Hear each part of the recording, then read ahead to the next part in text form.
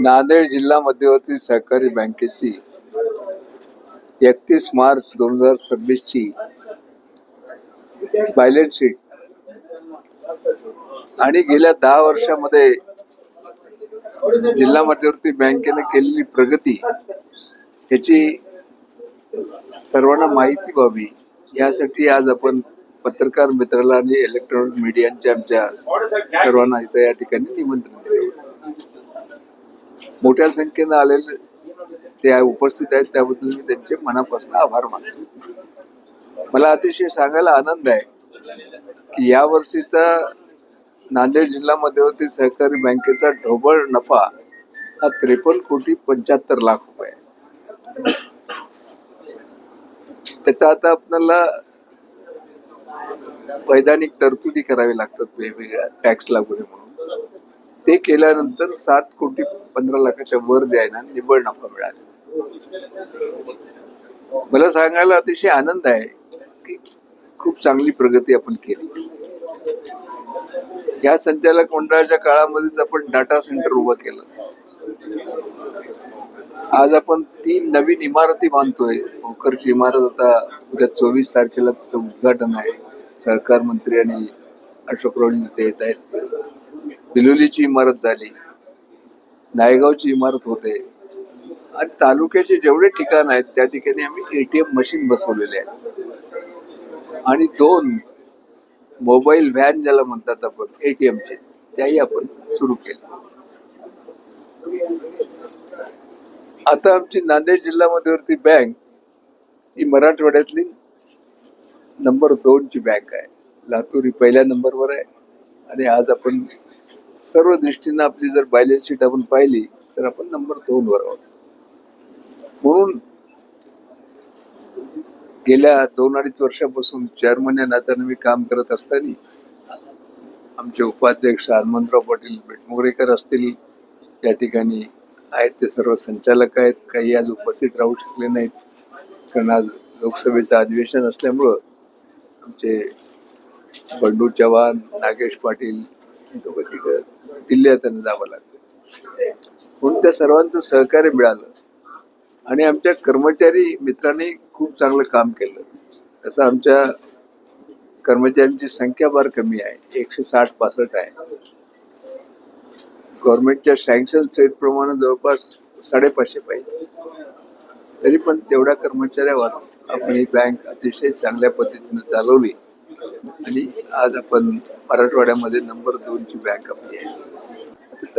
आता मी 84 क्रॉस केलेलं आहे. वयाच्या मनात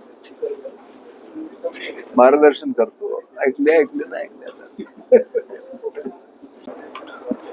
आज नांदेड जिल्हा मध्यवर्ती सहकारी बँकेच्या 2025-26 या आर्थिक वर्षाच्या ताळेबंदाच्या अनुषंगानं असलेली आर्थिक स्थिती आपल्यासमोर मांडण्यासाठी माननीय अध्यक्ष महोदयांनी पत्रकार परिषद बोलवली होती.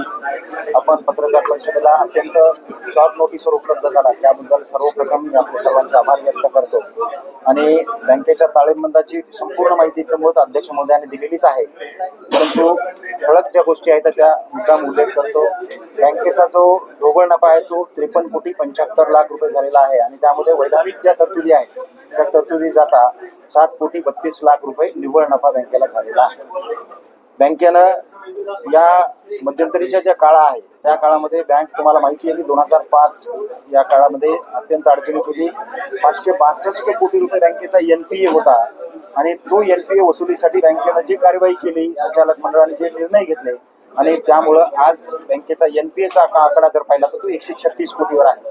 त्याचं एकूण कर्जाचे प्रमाण जे होतं ते 88% होतं आणि ते प्रमाण आता 14.20% एवढं आलेलं आहे. त्यासोबतच बँकेचा जो तोटा होता तो 370 कोटी रुपयाचा होता आणि आज परिस्थिती जर पाहिलं तर तोटा भरून काढून आपण आता 53 कोटी आपण ढोबळ नफा आणि निव्वळ नफा जो आहे तो आपला 7,32,00,000वर आलेला आहे. आणि इतर सर्व पॅरामीटर जे आहेत जे नाबार्ड RBI यांच्या निकषानुसार सर्व पॅरामीटर बँक फुलफिल करते आहे आणि आता जिल्ह्यातील सर्व ग्राहकांना बँक डिजिटल माध्यमातून सेवा उपलब्ध करून देते आहेत. बँकेकडे मोबाईल व्हॅन आहेत, RTGS, NEFT असेल, SMS सुविधा असेल, सर्व सुविधा ज्या नॅशनलाइज बँका किंवा प्रायव्हेट बँका देतात त्या आपण देतो आहोत. यासोबतच मला सांगायला अत्यंत आनंद वाटेल की भोकर शाखा आमची जी आहे त्याच्या 24 तारखेला लोकार्पण आहे. त्याला माननीय सहकार मंत्री महोदय येणार आहेत, माजी मुख्यमंत्री महोदय येणार आहेत आणि अत्यंत सुसज्ज अशी इमारत आम्ही तिथे उभारलेली आहे. त्यासोबतच विरोधी शाखा सुद्धा आपण मॉडिफाय केलेली आहे.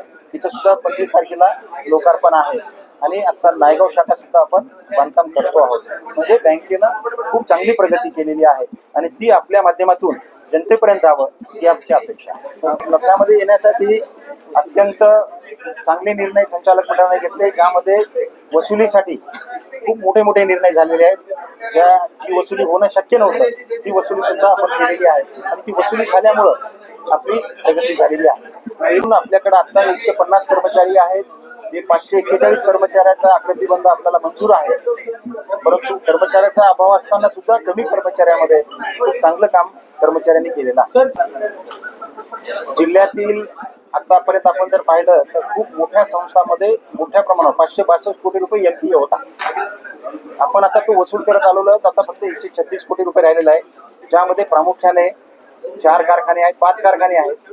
गोदावरी मनार सहकारी साखर कारखाना असेल, कलंबर असेल, त्याच्यानंतर जयांबिका असेल, हुतात्मा असेल आणि जय शिवशंकर या 5 कारखान्याकडे 130 कोटी रुपये येणं बाकी आहे. बघा, सेव्हिंग सस्पेन्स पिरियड का ओपन केलं जात आहे?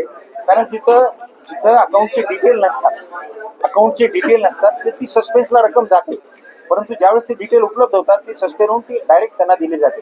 परंतु अशा अमाऊंट जर असतील जास्त तर त्या RBI ला 10 वर्षांनंतर पाठवावे लागतात, त्या आपण पाठवतात.